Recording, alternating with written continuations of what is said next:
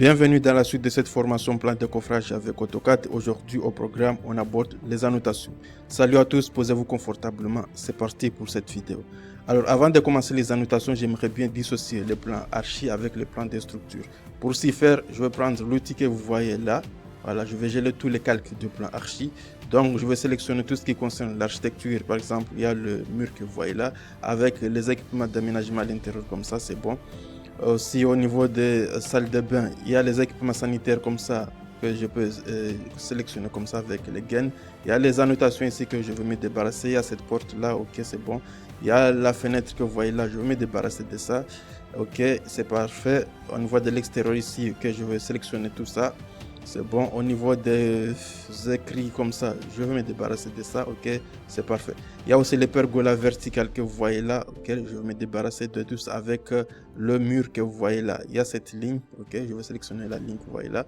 Il y a cette porte auquel on va se débarrasser de cette porte avec le mur que vous voyez là. Donc au niveau du RDC, c'est nickel. On passe au niveau du premier niveau. Ok, il y a ces équipements sanitaires, on va se débarrasser de ça. Il y a le dressing comme ça, on va se débarrasser. Ok, il y a les équipements sanitaires que vous voyez là, ça aussi on va sélectionner ça. Ok, c'est parfait. Ok, au niveau du deuxième premier niveau, ça passe. Ok, au deuxième niveau ici, on voit que c'est bon, c'est parfait, il n'y a pas de souci. Ok, il y a ce dressing là. Ok, on va sélectionner ça. C'est parti. Ok, ça c'est parfait. À la terrasse accessible, qu'est-ce qu'on a ici? On a ces lignes auxquelles on va se débarrasser de toutes ces lignes que vous voyez là. Ok, c'est parfait. Il y a la ligne bleue que vous voyez là, on va se débarrasser de ça. Ok, maintenant on voit que c'est bon. On a gelé tous les calques. Donc maintenant qu'on a fait tout ça, qu'est-ce qu'on peut faire maintenant? On va sélectionner tous les plans à son ensemble. Ok, moi je vais sélectionner tous les plans comme ça. Ok, je sélectionne tous les plans et puis je vais prendre l'outil déplacer que vous voyez là. Et puis je vais mettre au niveau d'un point ici. Ok, je vais cliquer quelque part là. C'est bon. Et puis je vais déplacer les plans. Voilà, pour les mettre juste en bas comme ça. Maintenant, si vous voulez faire apparaître les plans archi, qu'est-ce que vous allez faire? Vous allez juste entrer au niveau des propriétés des calques comme ça. Et puis vous allez cliquer sur la première ligne que vous voyez là. Et puis vous allez maintenir la touche Shift. Vous allez jusqu'en bas et puis vous allez sélectionner la dernière ligne. Alors si vous regardez bien, les lampes qui ne sont pas allumées sont les calques qu'on a gelées. Donc on va allumer toutes les lampes. Si on allume tout ça, vous voyez qu'on a activé tous les calques pour les plans archi. Donc moi je vais sélectionner tous ces plans là. Ok, et puis je vais faire la même opération. Je vais prendre l'outil déplacer que vous voyez là. Je vais sélectionner sur un point comme ça. Ok, je vais déplacer les plans archi, le mettre quelque part auquel ça ne va pas nous gêner. Maintenant, c'est bon, on a fini avec cette opération. Mais on a dit que le sujet de cette vidéo, c'est de faire les annotations. Alors, pour ce faire, on va déjà commencer par créer les styles de texte. Donc, on va aller au niveau des annotations comme ça. Puis, on va cliquer sur la flèche que vous voyez là. Et puis, on va entrer au niveau de la boîte de dialogue pour les styles de texte. Voilà cette boîte de dialogue. Alors, qu'est-ce qu'on va faire ici? On va créer les styles de texte auxquels on va utiliser. Donc, moi, je vais commencer par créer un style de texte pour les poteaux. Donc, je vais cliquer sur nouveau comme ça. Et puis, je vais écrire un poteau. Ok, poteau, espace 50. Ça veut dire quoi? Ça veut dire que c'est un style de texte pour les poteaux d'une échelle 1/50. La personne qui va consulter ce fichier comprendra déjà que c'est un style de texte d'une échelle 1/50. Ok, ça passe. Maintenant, pour le nom de la police, moi je vais entrer ici au niveau de ce menu déroulant. Je vais monter jusqu'en haut pour chercher une police qui me convient à moi. Maintenant, j'ai ça. Et puis je sélectionne ça. Ok, moi, ça me convient bien. Ok, au niveau de la hauteur ici, je vais définir une hauteur. Je vais écrire 12 pour une échelle 1/50.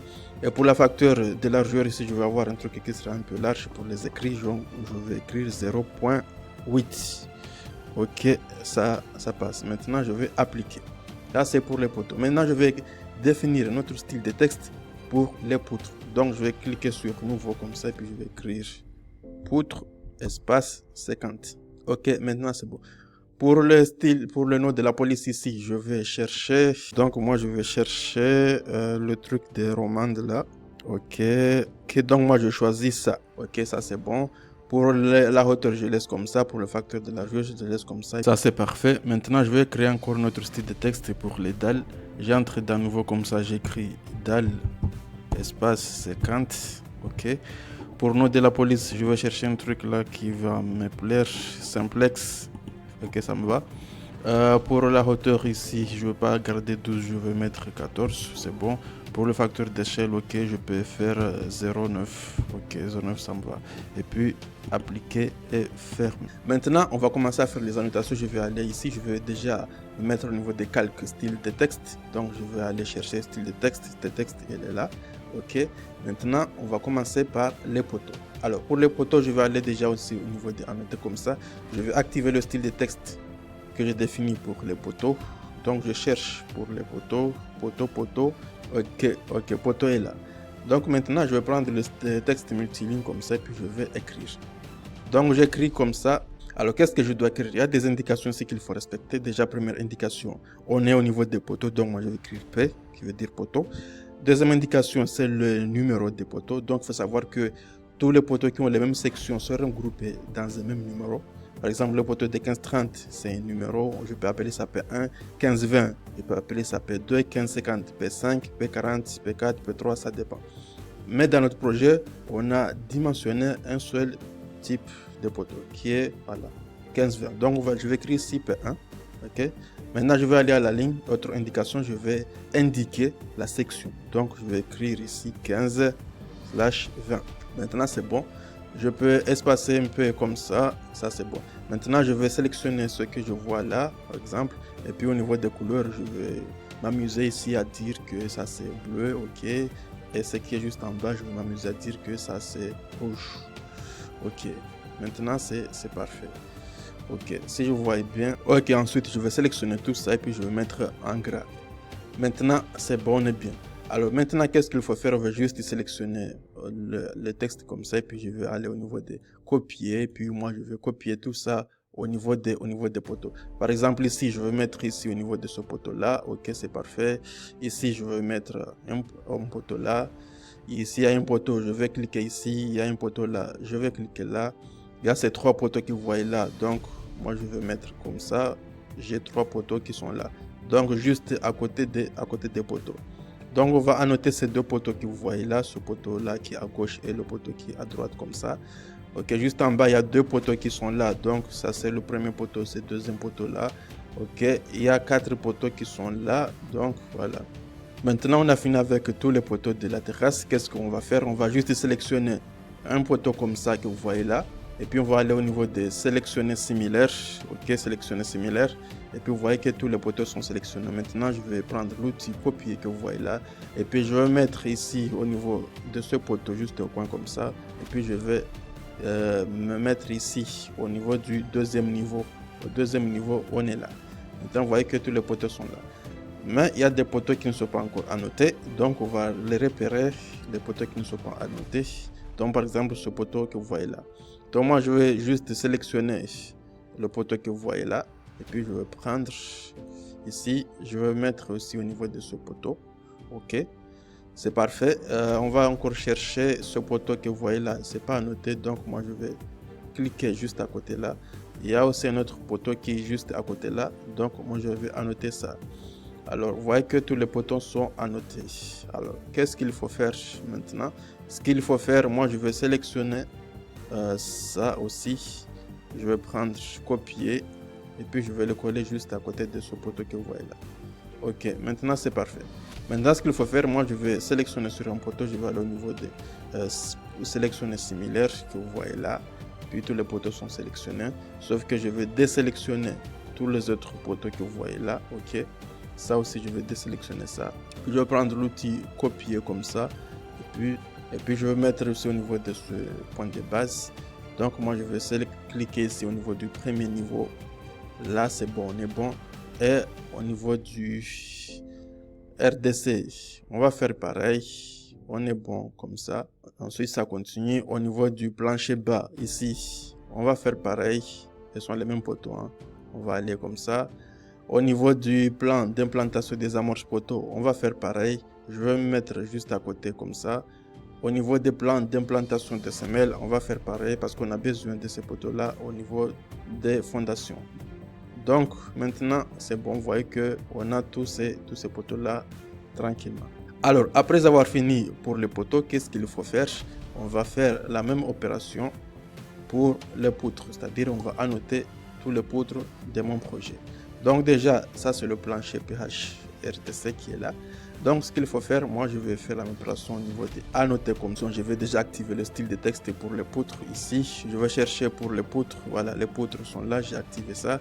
Au niveau de la hauteur ici, je vais choisir le 12, voilà, qui est là. Ça c'est parfait. Ok, et puis je prends le style et texte multiligne comme ça, puis je vais commencer à écrire. Donc on va commencer par écrire les annotations pour les poutres. Alors déjà, première indication à faire, c'est l'indice. Donc contrairement aux poteaux, c'est-à-dire tous les poteaux de notre projet possèdent un seul indice P qui veut dire poteau. Ici c'est différent. Par exemple, pour les poutres de PHRDC, on va écrire ça A, c'est-à-dire indice A. Pour les poutres PHR+1, on va écrire ça B. Pour les poutres de PHR+2, on va écrire ça C. Pour les poutres PH terrasse, on va écrire ça D. C'est différent. C'est-à-dire pour chaque niveau, on doit différencier des autres niveaux. Donc on va écrire ça A. Alors, pour le numéro c'est encore différent par rapport aux poteaux, c'est-à-dire pour les poteaux, tous les poteaux de même section appartiennent dans un même numéro. Ici pour les poutres, c'est-à-dire chaque poutre c'est un numéro. C'est-à-dire si vous avez 50 poutres dans le plancher PHRTC, c'est-à-dire c'est 50 numéros. Si vous avez 100 poutres, c'est 100 numéros. Alors déjà on va écrire ça P1, c'est-à-dire que c'est la première poutre. Ok, maintenant on va faire espace, on va ouvrir une parenthèse, maintenant on va créer la section. Déjà au niveau des prédimensionnements, on a prédimensionné des poutres de 15, 40, donc on va créer 15 fois 40. Ok, et puis on va fermer ça. Maintenant c'est bon. On peut aussi continuer la phrase, par exemple préciser la cote d'élévation. Mais moi je préfère préciser la cote d'élévation au niveau des planchers. Donc on va faire ça. Maintenant c'est bon, c'est parfait. On peut sélectionner ça et puis voilà, moi je vais sélectionner comme ça et puis je vais le mettre ici au niveau de cette poutre. Donc on est ici, ça c'est parfait. Alors ça c'est A1. Maintenant la poutre que vous voyez ça sera A2, A3, A4, A5, A6. Ok, je vous montre ça et puis moi je vais juste sélectionner comme ça et puis je prends l'outil copier que vous voyez là et puis je vais juste le mettre à côté là. Ça sera quoi? Ça sera A2. Ok, ça c'est parfait. Maintenant je vais juste double-clic ici et puis je vais changer le numéro comme ça et puis je vais écrire A2. Ça c'est parfait. Et puis je vais continuer hein. A3, A4, A5, A6, A7, A8, 9, 10, voilà, ainsi de suite. Au niveau des PHR+1, je vais faire pareil. Hein. Ce sont les mêmes poutres, mais je vais écrire B1, B2, B3, B4. Ici, C1, C2, C3, C4. Au niveau de la terrasse, D1, D2, D3, D4. Au niveau des longrines, c'est différent. Je vais écrire L qui veut dire longrine. L1, L2, L3, ok. Donc, quant à moi, je vais continuer à annoter tous les poutres de notre projet. On se trouve juste après.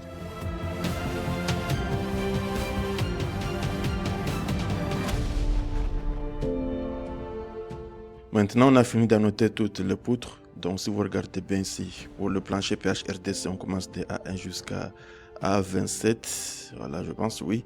Pour le plancher R+1, on commence de B1 ici, on finit par B30. Voilà, c'est B30 qui est là. Pour le plancher PHR+2, on commence de C1 jusqu'à C31, comme ça. Et le plancher de la terrasse, on commence de D1 jusqu'à D20. Voilà. Donc, on a aussi annoté pour les longrines. Donc, le longrine de soubassement, vous voyez ici, on a commencé de L1 jusqu'à L26. Donc, c'est parfait. Maintenant qu'on a fini avec le poutre, on va s'attaquer aux semelles de fondation. Alors, pour les semelles de fondation, on va utiliser le même style de texte que pour le poutre. Donc, moi, je vais juste copier ce style de texte. Là, je prends ici l'outil copier, puis moi, je vais le coller quelque part sur une semelle comme ça, juste en bas. Donc, voilà, c'est parfait. Maintenant, je vais changer les indications. Donc, pour les semelles, c'est un peu différent des poutres. Déjà, on va mettre l'indice ici. Pour les semelles, on va mettre S qui veut dire semelle, bien sûr. Le numéro, on va mettre 1. Donc, comme les poteaux, c'est-à-dire toutes les semelles qui ont les mêmes dimensions appartiennent à ce même numéro. Donc, ici, dans notre cas, nous avons dimensionné une seule type de semelle. Donc, ça veut dire qu'on va mettre 1. Et puis, on va ouvrir une parenthèse pour mettre les dimensions. Donc, on a dimensionné des semelles de 1m50 fois 1m50. Donc, ici, moi, je vais écrire en centimètres en 150 fois 150, ok, fois 45. 45, c'est la hauteur de notre semelle. Puis, on ferme. Donc, ça c'est parfait. On peut le centrer juste comme ça. et puis c'est parfait. Maintenant, je vais prendre l'outil copier que vous voyez là, et puis je vais copier ça, je le coller partout où il y a les semelles. Donc il y a cette semelle là, il y a cette semelle, il y a cette semelle qui est juste en bas comme ça. Il y a ces deux semelles là que je vais annoter, le premier et le deuxième. Il y a cette semelle qui est juste à côté là. Il y a ces deux semelles. Je vais annoter ça et ça. Maintenant, on est bon. Maintenant, si vous avez d'autres types de semelles, n'hésitez pas à noter. Maintenant, pour les semelles excentrées, c'est un peu différent. Donc, je vais mettre ça comme ça. Parce que pour les semelles excentrées, il faut les différencier des semelles centrées. Déjà, ici, je vais écrire sexe, c'est-à-dire S-E-X. Donc, je vais écrire EX comme ça. Donc, maintenant, c'est parfait. Alors, qu'est-ce qu'on va écrire ici? On va écrire numéro 2. Voilà, pour différence des semelles centrées. Donc, pour les dimensions, on laisse comme ça. Maintenant, je vais copier ça pour le coller partout. Il y a les semelles excentrées. Donc, par exemple, là, on va mettre ici. Il y a cette semelle excentrée. On va mettre ça. Il y a cette semelle excentrée là. OK. Il y a cette semelle excentrée. Ça passe. Il y a cette semelle excentrée qui est juste à côté là. On va mettre comme ça. Il y a cette semelle excentrée. OK, c'est bon. Ça, c'est bon. Maintenant, c'est bon ici. OK. Et ça aussi, c'est bon. Maintenant, on a fini avec les semelles excentrées. Donc, maintenant, on va aussi annoter les longrines de redressement. Donc, on va prendre ça et puis on va prendre l'outil copier comme ça et puis on va coller juste à côté ici pour annoter les longrines de redressement. Alors, pour les longrines de redressement, c'est un peu comme les poutres. Donc, on va écrire LR, qui veut dire longrine de redressement, bien sûr, et puis on va mettre le numéro, c'est-à-dire c'est le premier longrine de redressement. OK, on va ouvrir une parenthèse pour écrire les dimensions. Donc, nous, on a prédimensionné des longrines de 15 x 75, bien sûr, donc on va écrire 15 x 75. Ce sont les dimensions, et puis on ferme. Voilà. Et puis, je peux prendre ça, et puis copier, le coller là où il y a les longrines. Par exemple, ici, ça sera LR2. Bien sûr, OK. Donc ça c'est LR1, ça c'est LR2. L'autre là, ça sera LR3. Donc on va le noter juste comme ça, LR3. Ça sera LR4, bien sûr. Ça là, ça sera LR5. Celle-là, ça sera LR6. OK, ça c'est LR7. OK. N'hésitez pas à changer les numéros. Hein. Ça c'est LR8 et ça c'est LR9. OK. Maintenant, on va finir par LR10. Donc, on va juste mettre comme ça. Et puis, je vais prendre le point qui est là. Puis, je vais taper la barre espace deux fois. OK. Pour avoir l'outil rotation, je vais activer le mode ortho comme ça. Et puis, voilà. Donc, moi, je vais déplacer comme ça pour le mettre quelque part là. Donc, on supprime ça. Maintenant, c'est bon avec le longrine de redressement comme ça. Qu'est-ce qu'on peut faire? Maintenant, on va commencer par annoter les planchers. Alors, déjà, je vais mettre au niveau de plancher PH RDC comme ça. On va aller au niveau des styles de texte comme ça. On va activer le style de texte pour les dalles. OK, c'est fait. Maintenant, on va prendre texte multiligne et on va commencer à écrire comme ça. Alors, qu'est-ce qu'on doit écrire ici? On a trois éléments à indiquer. Ici, on doit indiquer le type d'élément, c'est-à-dire c'est un plancher. On doit indiquer l'épaisseur de ce plancher et on doit indiquer la cote d'élévation, c'est-à-dire à quelle hauteur cet élément se trouve. Donc, ici, pour notre cas, le style de cote doit être défini par l'architecte, c'est-à-dire c'est la personne qui a conçu le plan archi qui doit définir ce cote d'élévation. Mais si on regarde bien, on n'a pas la coupe ici, c'est-à-dire on n'a pas la cote d'élévation, c'est-à-dire c'est nous qui vont déterminer ce code d'élévation. Alors, donc pour les longrines, moi je vais les maintenir à 45 cm par rapport au sol fini. C'est-à-dire je vais avoir besoin de 3 marches pour accéder à l'intérieur. Concernant le plancher PH RDC, ici, moi je vais avoir besoin de hauteur sur dalle de 3,30 m, c'est-à-dire sur dalle. Ce qui veut dire que je vais soustraire l'épaisseur du plancher. Supposons que j'ai une épaisseur de plancher de 20 cm, ça va me rester 3,10 m. Et je vais aussi soustraire le retombé de faux plafond à 40 cm comme ça. Donc ça va me rester 2,70 m, ce qui me convient bien. Alors, ici aussi, je vais maintenir une hauteur sur dalle de 3,30 m. Alors, on va faire les calculs pour voir. Donc, je vais ouvrir déjà la calculatrice.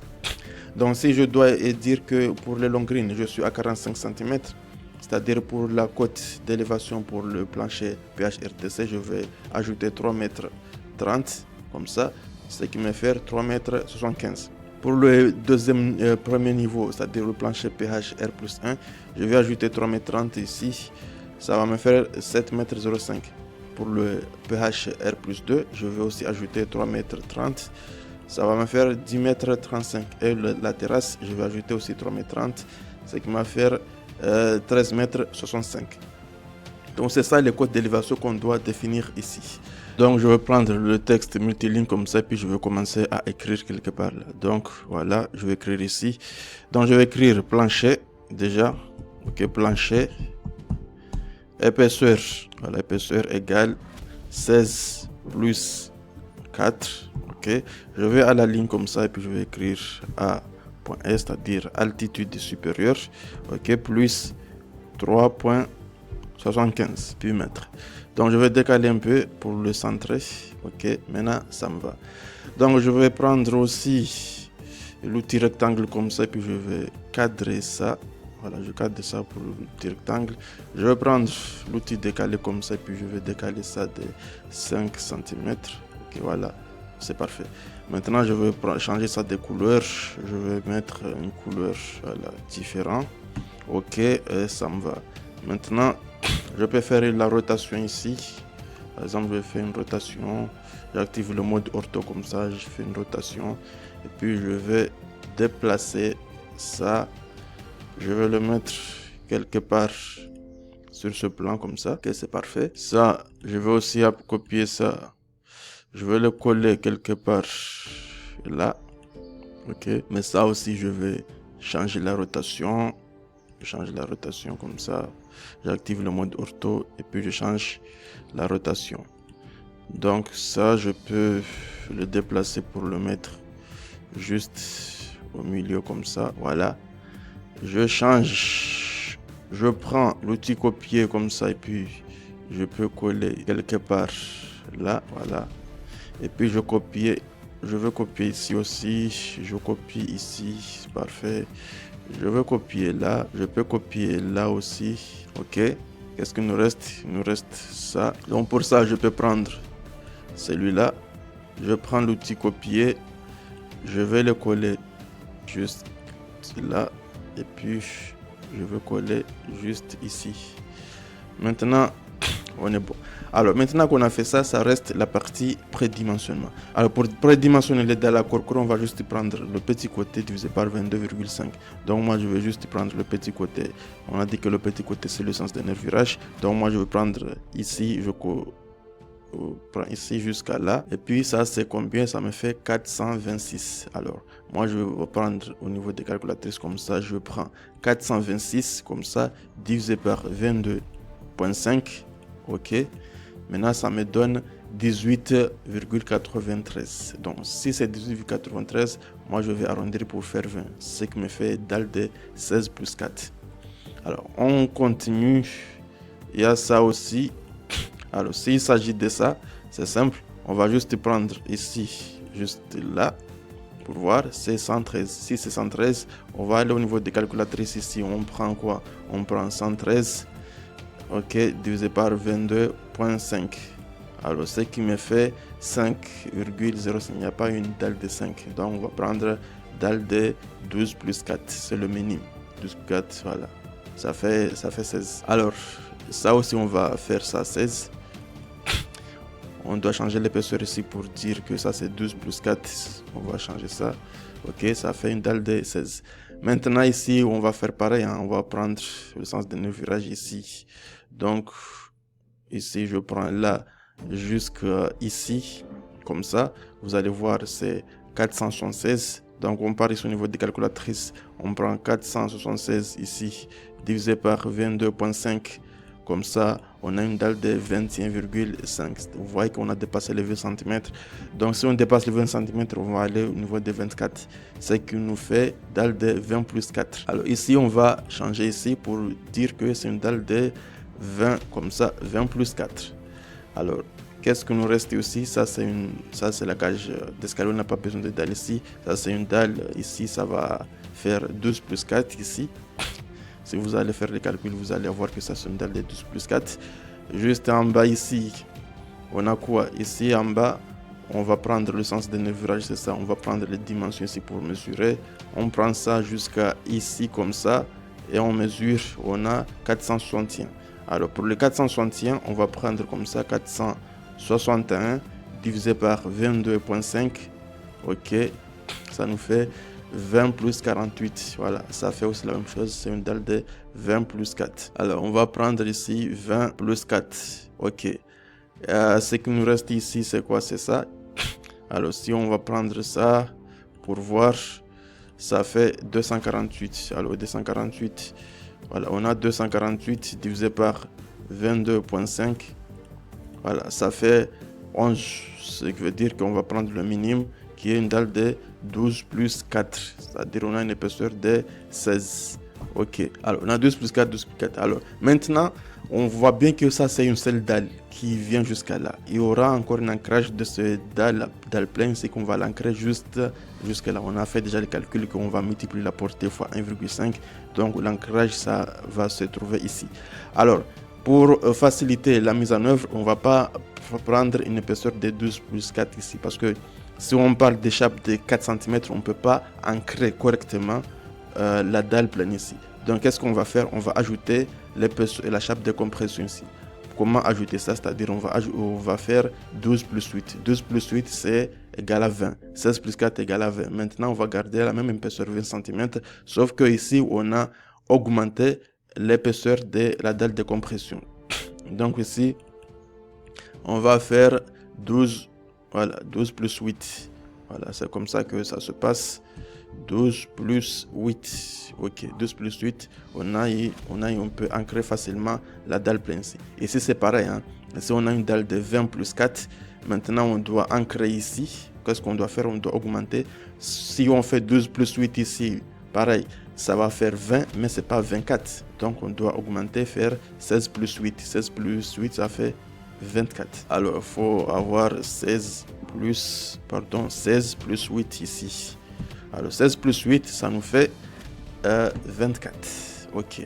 Ici, c'est pareil. On a une dalle de 12 plus 4 ici, normalement. Donc, si c'est 12 plus 4 ici, voilà. On va faire 12 plus 8 parce que 12 plus 8, c'est le minimum aussi pour l'ancrage. Donc, on va faire 12 plus 8 qui nous fait 20. Alors, ici, on peut faire 20 ici. On fait 12 plus 8 ici. Ici, on peut avoir 16 plus 4. Ok, pour faciliter la mise en œuvre. Donc, quant à moi, je vais continuer à mettre tous les autres dalles. Parce que ici, vous avez vu comment ça se passe.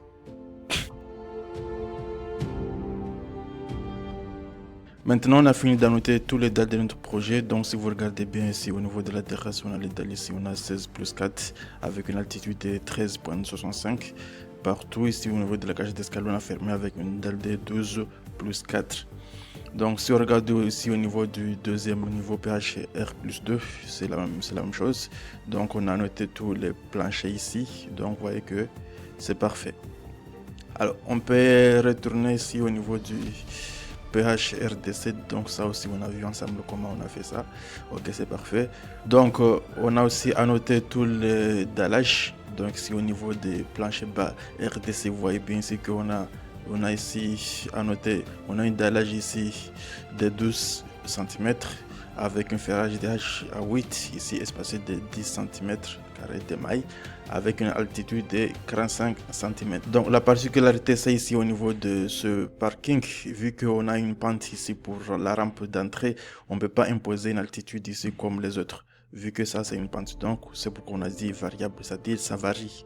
Donc ici on est en bas, ça c'est le point le plus élevé. Après avoir annoté tout ça, maintenant on va annoter les dalles pleines parce qu'on n'a pas annoté les dalles pleines.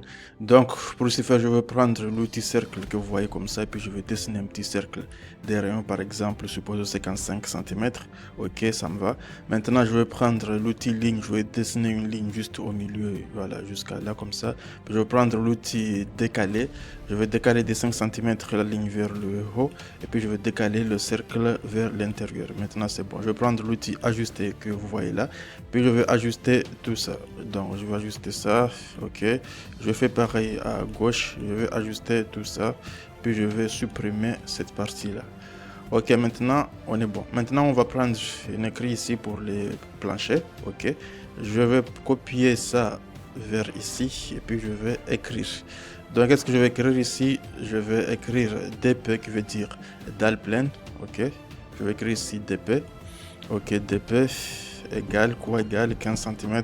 Voilà, on considère une épaisseur de 15 cm pour le dalle pleine. Et puis moi je vais copier tout ça vers ici.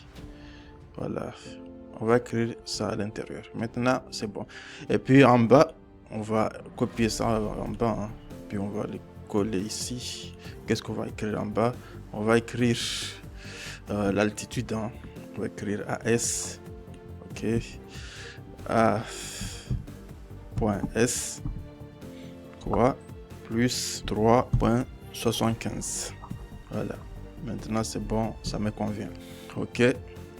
Alors, on va sélectionner tous les lignes que vous voyez là et puis moi je vais augmenter l'épaisseur. Donc l'épaisseur je vais prendre 30, c'est bon, ça me convient. Ok, après je vais prendre tout ça, je vais copier ça, ok, et puis je vais coller. Donc je colle ça ici, je colle sur le plancher, voilà, PHR plus 1, ok. Je vais coller sur le plancher PHR plus 2, ici c'est bon, ok. Et puis je vais coller ça aussi. Ok, maintenant on est bon. Après il se reste juste de changer les altitudes. Ok, ça on peut supprimer ça. Donc les amis, c'est déjà la fin de cette vidéo. On a vu pas mal de choses aujourd'hui. On a vu comment créer des styles de texte, comment annoter les éléments, que ce soit les poteaux, les poutres, les semelles, les dalles. On a vu tout ça. La seule chose qu'on n'a pas vu, c'est comment annoter les nervures. Ça, je vais vous montrer comment annoter ça par cotation. Ça sera pour l'épisode prochain.